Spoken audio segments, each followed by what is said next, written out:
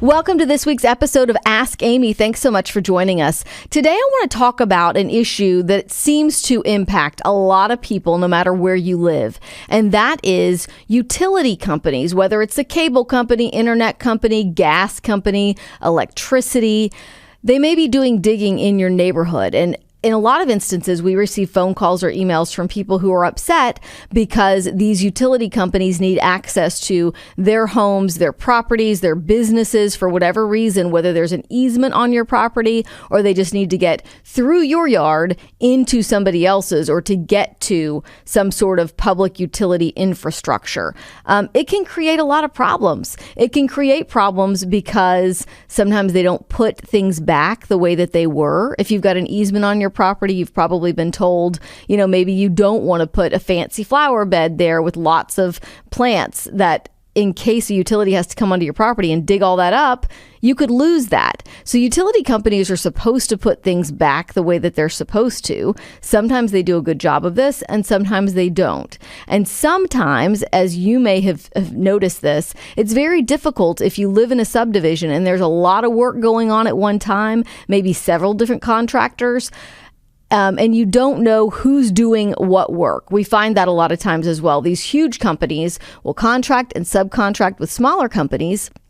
And then you're like, what exactly are they doing in my neighborhood? And when it seems like the work is done, but your property still looks like a mess or a trail looks like it's a mess, trying to figure out who is responsible for putting it back the way that it was is difficult. So homeowners in Kingwood contacted us because they were having these exact problems. So take a look at this and then we'll talk about it on the other side of the story. This scene could be from any Houston area neighborhood, but this is Kingwood, where it's clear there's a lot of work going on.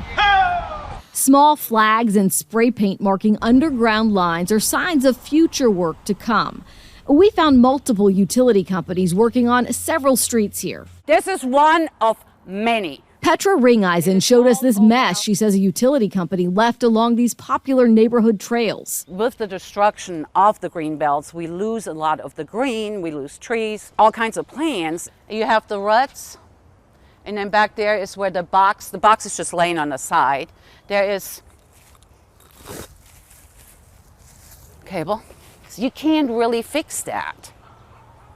It's going to take Mother Nature years upon years. Other neighbors sent us pictures of damaged yards, broken equipment, and reports of missing pets from gates left open. But with several companies working in this area, most using third-party contractors, the people who live here say they don't know who to hold accountable or how. And leave behind a mess like that and walk away. When we sent these pictures to Comcast, a representative told us this project, the green box with cables sticking out of it, is not yet complete, and it might be days until they get back to it. The Texas Utility Code says companies can access private land to use easements for work on things like cable lines, internet, and sewage. But there's no timeline or rule that says how long they can take to get a property back to its original condition or required communication with homeowners. Centerpoint told us when they do work in any community, they mail letters and knock on doors to let people know. Also, any subcontractors, they say, should have a sign that says they're contractors with Centerpoint. But again, there is no requirement that they do this. We find that when I do these stories, when people reach out to me with these problems, they may have tried phone call after phone call, email after email, trying to reach the right utility company and get answers as to when they'll be back out, and they can't get those answers. So we reach out to the corporate office, and usually we always get answers, but usually we get the mess cleaned up, the problem solved. But it shouldn't take a phone call to a media outlet, right? It should be something that a homeowner can figure out. Hey, this is my community. What's going on? So a couple of resources that we can provide for you. In Texas, you can reach out to the Public Utility Commission's Customer Protection Division. And they were very clear to tell us that the PUC does not have regulatory authority over all of these utilities doing the digging and doing the work, but they can usually help you track down which companies were doing work in your area and why they were doing it. And so you can reach out to them by calling their number 512-936-7120. We'll put that phone number for you in the show notes, or you can email them at customer@puc.gov.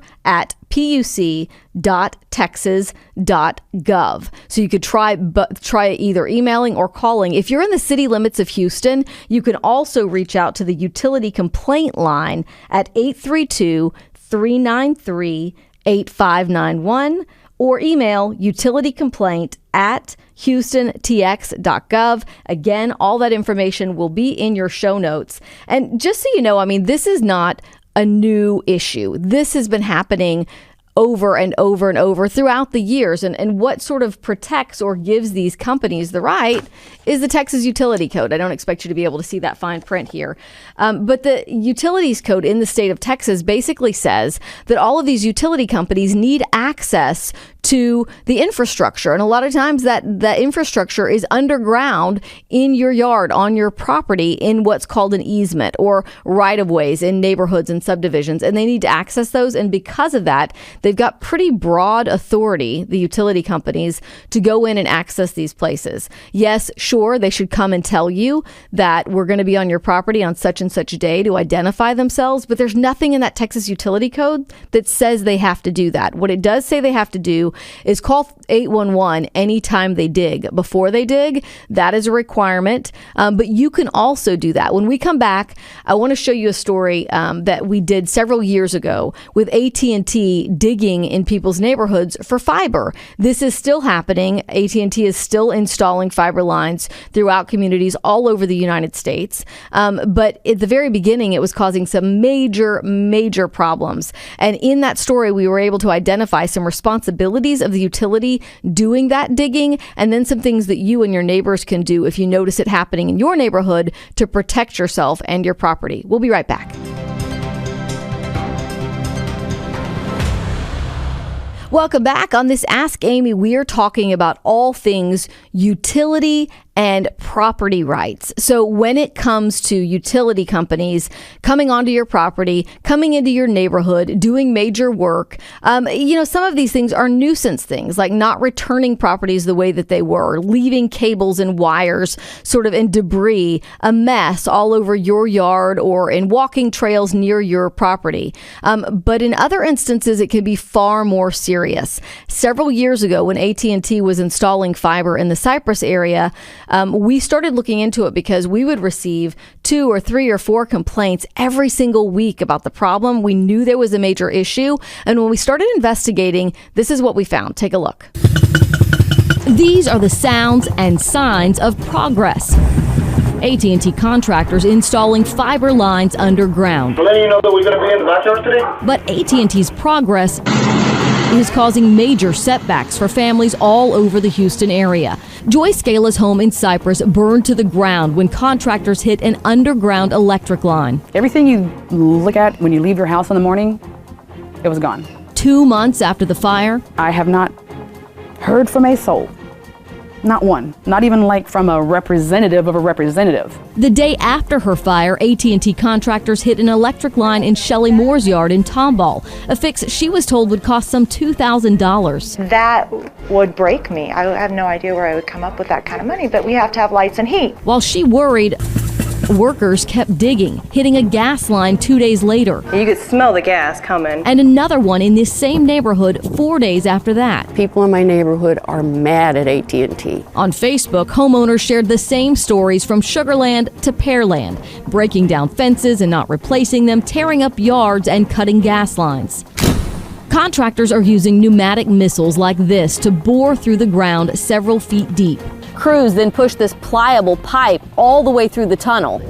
The pipes run the length of several homes, up to a block, but hitting a line in its path can cause damage to property several streets away. It wasn't even at my house. It started, I told you, 4 houses down. And when fire marshals showed up to investigate, this report explains how contractors pointed fingers. The owner of Connect Links, subcontracted by NX Communications, contracted by AT&T, told investigators there was, quote, no way his company was involved in the fire. I couldn't get anywhere with AT&T. Homeowners like Annie Shugart, whose home was damaged in that electric surge in November, are getting denial letters from their claims. AT&T told her to contact contractor NX Utilities. She finally filed with her own insurance company so she could start repairs, but now she's out her $4,500 deductible. Well, I hope I'll get it back eventually.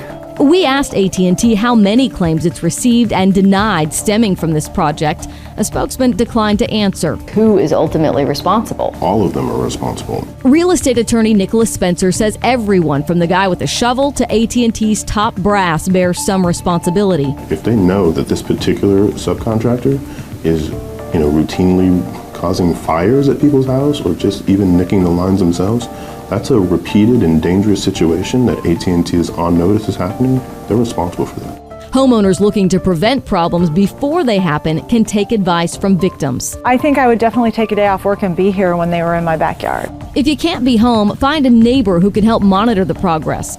Contractors are required to call 811 to have all underground lines marked before they begin digging. But you can call too to have gas, electric, and phone lines marked at no charge. And take pictures of your property before crews start digging, in case they fail to put it back the way it was.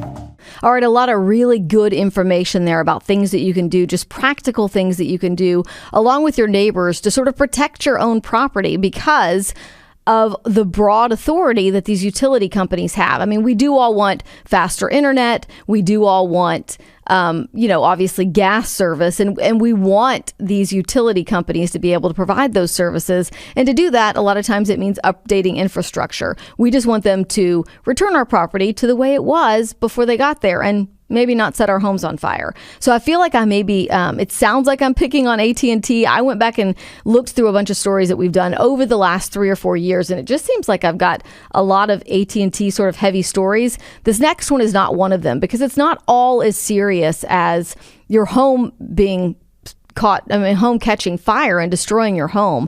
Just this last week, we got a phone call from a woman who owns a daycare off of Clay Road. She's got a Katy address, but she's really West Houston, West Harris County.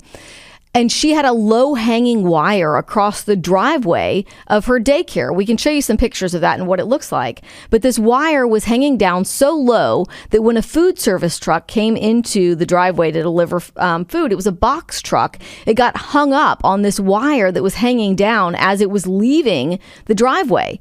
So the woman, the owner of the daycare, Bessie Gonzalez, had to contact the fire department because they didn't know if this is a live wire or what's going on or who this wire belongs to, whether it's cable or a phone wire. So they called the fire department. They were able to untangle the wire from this box truck, and they told her, you need to call CenterPoint and get them out here to fix this because even if it's not a live wire, it is a hazard. Cars are going to be stuck in it, and you should close this gate to make sure that nobody goes through here until you get that wire fixed. Well, the owner of this daycare called and emailed and called again. You wouldn't believe the circles that she went through. So CenterPoint came out, looked at it, and said, it's not a live wire. It's not our wire. Call cable companies. Call AT&T. Call Comcast. Try to figure out who this wire belongs to. Comcast and AT&T came out and told her, this wire belongs to a cable company that no longer exists. We can't touch it. Sorry, it's not our wire. So they left. Comcast, she said, told her, maybe reach out to the sheriff's department and they can enforce CenterPoint to cut it down. The sheriff's department came out and was like, that's not our jurisdiction. We're not even getting out of the car for this. Call CenterPoint back. And then CenterPoint told her, it's not our wire. So if you want us to come back out and do something about it, we're going to charge you to do that. I mean, so this woman is on a never ending loop. The children that go to her daycare, she said, had to be dropped off on the bus, couldn't pull into the driveway. So it had to stop on busy Clay Road to allow the kids to get on and off out of the bus and walk through the driveway so that they could get to daycare every day. You can take a listen to Bessie and hear what she has to say about this whole ordeal. Because they can't see who owns it. They don't want to cut it or do anything that might get them sued in the lawsuit.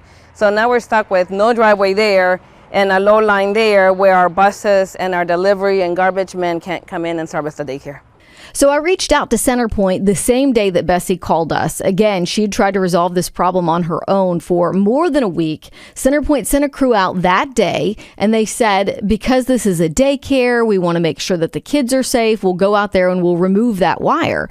But they were very clear to Bessie and to me that it was not their responsibility, and they were not obligated to remove this wire. So sort of the Texas Utility Code leaves us hanging here. I mean, so who is responsible? I mean, certainly, I guess Bessie could go out and cut it herself, but most people would be afraid to do that because you don't know what you're doing. You don't have the tools to do that. And I think normal, ordinary citizens shouldn't be put in that situation where that's their responsibility.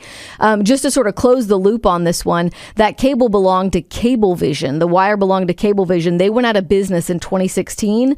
And so that is why no one was claiming responsibility for that wire.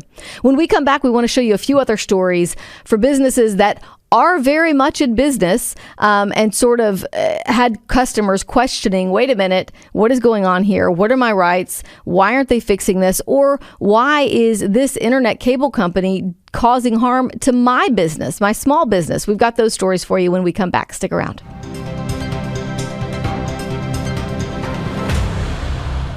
Welcome back to this episode of Ask Amy. Today we're talking all things utility companies and your rights in regards to utility companies coming on your property. If we haven't made it very clear, you should know what we're saying is that if you've got any sort of easement, a utility company must have access to your property. We've had people who said, oh, I locked my gates. Oh, I threatened to call 911. But if you've got an electric box or some sort of gas line running through the bottom of your property, those utility companies have to get through, and the Texas Utility Code says they have every right to be on your property. That said, they should put your property back the way that it was, but Texas Utility Code doesn't give them any sort of timeline on when they have to do that. So it's up to homeowners and property owners to hold them accountable and force that. It can take a lot of effort. So we got a call from a Cypress family back in 2021. They owned a business, a restaurant, and they were very frustrated because they had ordered this sign to go on this sort of brick wall out in front of their restaurant. And they came to work one day and noticed that a huge, what looked like a utility pole was going up right in front of this place where they planned to put the sign. The sign had already been ordered, and they said, what can we do about it? She tried everything herself. Take a look. It was hard not to notice the commotion right in front of Sunshine G's property on Telge Road in Cypress. She started recording when she realized contractors hired by AT&T were installing a big pole right in front of her property. I asked them, please not to do that. That's going to be the place of our sign. We paid a lot of money for it, and that's going to hurt our business. There are no signs here now, but Sunshine says she's having 2 of them made to go right on these walls. They'll be ready in about a month, directing people to this Mexican food restaurant and this restaurant supply company. One is going to go here. The other one is going to go over here, which is going to block our sign. She pleaded her case to AT&T, and at first she said a representative told her he would look into getting the pole moved several feet so it's not smack dab in front of the electric sign she's already paid for. But after several phone calls, AT&T stopped answering. We're a small business. We don't have a big advertisement. Our sign's gonna be our advertisement. When we reached out, an AT&T representative sent us this statement that reads in part, when determining locations for small cell sites, we balance the needs of our business with the concerns of the community. This is an extensive process involving several months or years of planning and approvals for local permits. In short, this pole is staying put. We checked with Harris County's Real Property Division, and they told us AT&T and other utilities have what's called statutory authorization from the state to use the public right-of-way for their equipment. While AT&T could move this pole, they don't have to. Okay, so that is one instance where we had no luck. That cell tower pole was already in place. We learned that through Harris County, they had put in, not permission, but had put in notice to Harris County that they were going to be putting that pole there. And they had done that about 6 months before it went in, unbeknownst to other property owners around there. So you're not always going to have luck getting them to move major infrastructure. But we did have luck with homeowners in a similar situation. This was also with AT&T, but this was where it was interfering with their personal property in their home, in their view. Take a listen. This outdoor space is what sold Vasily Magazines and his wife on their Heights home 14 years ago. I have my morning coffee out here. I mean, this is really our favorite spot of the house. But last fall, when they came back from vacation, they spotted an addition to their second-story patio. It was right there. Or at least an addition very close to it. I mean, it's less than 43 inches. A wire stretching almost across the corner of their balcony. They've tried to camouflage it with a plant, but they're tired of staring at it every time they come outside. Well, I mean, it's an eyesore.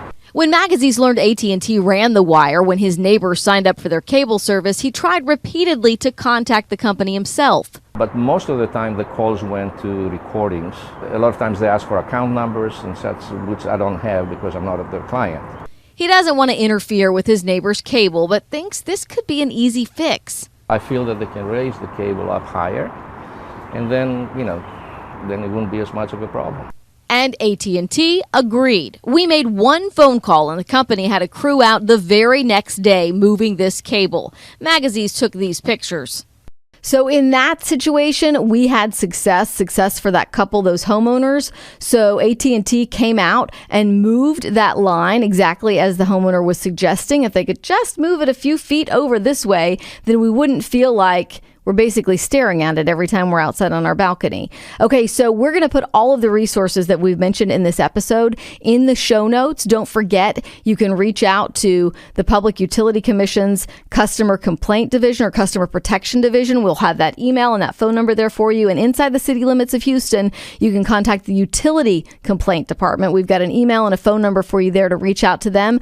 And as always, if you've tried and you feel like you just can't get any help, you can always reach out to us as well. Ask Amy at kprc.com. We thank you for watching. And if you've got any questions or a topic that you think might be good for the next Ask Amy episode, please don't hesitate to reach out. Have a great day.